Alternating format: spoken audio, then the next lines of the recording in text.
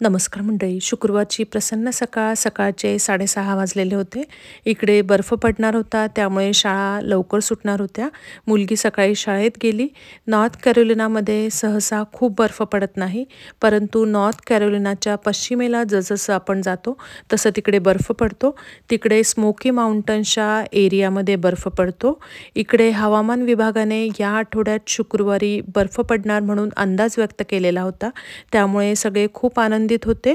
विशेष म्हणजे मुलांमध्ये जास्त एक्साइटमेंट होती. शुक्रवारी सकाळी -6 ते -7 डिग्री सेल्सिअस असं टेम्परेचर होतं. सगळीकडे सकाळी ऊनसुद्धा पडलेलं होतं. घरात सगळीकडे सेंट्रलाइज हीटिंग असल्यामुळे घरात थंडी अजिबात जाणवत नाही. आणि सगळ्यात महत्त्वाचं म्हणजे घरात किचनच्या सिंकमध्ये आणि सगळ्या बाथरूम्समध्ये पाण्याचे जे नळ आहेत त्यांना सगळ्यांना थंड आणि गरम हे दोन्ही पाणी येतं, त्यामुळे थंडी असली तरी जाणवत नाही. आणि किचनच्या सिंकमध्ये गरम पाणी येतं, त्यामुळे गरम पाण्याने भांडी घासायला पण खूप छान वाटतं. दुपारचं जे टेम्परेचर होतं ते 1 डिग्री सेल्सिअस असं गेलेलं होतं. त्यानंतर टेम्परेचर हळूहळू कमी व्हायला सुरुवात झाली आणि थंडगार वारं बाहेर जाणवायला लागलं.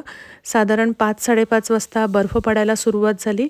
बर्फ पडायला लागल्यानंतर माझी जी भाची आहे ऋतुजा, ती पळत पळत माझ्याकडे आली की आत्या बर्फ पडतोय आणि बाहेर चल. तेव्हा मी सगळ्यांसाठी पाणीपुरी घरात बनवत होते, त्याच्यामुळे ते सोडून मग मी आधी तिच्यासोबत बाहेर गेली. आम्ही सगळेजणं बाहेर गेलो आणि बघितलं सगळीकडे पांढरा शुभ्र छान बर्फ पडलेला होता आणि खूप छान वाटत होतं. त्यानंतर आम्ही सगळेजण आतमध्ये आलो आणि सगळ्यांनी मिळून पाणीपुरी खाल्ली. हा जो बर्फ होता हा 4-5 तास पडला. पांढरा शुभ्र बर्फ खूप छान वाटत होता. जेव्हा बर्फ पडतो तेव्हा थंडी अजिबात जाणवली नाही, परंतु दुसऱ्या दिवशी जेव्हा बर्फ पडून गेल्यानंतर थंडगार वारा जाणवतो आणि थंडी जाणवते.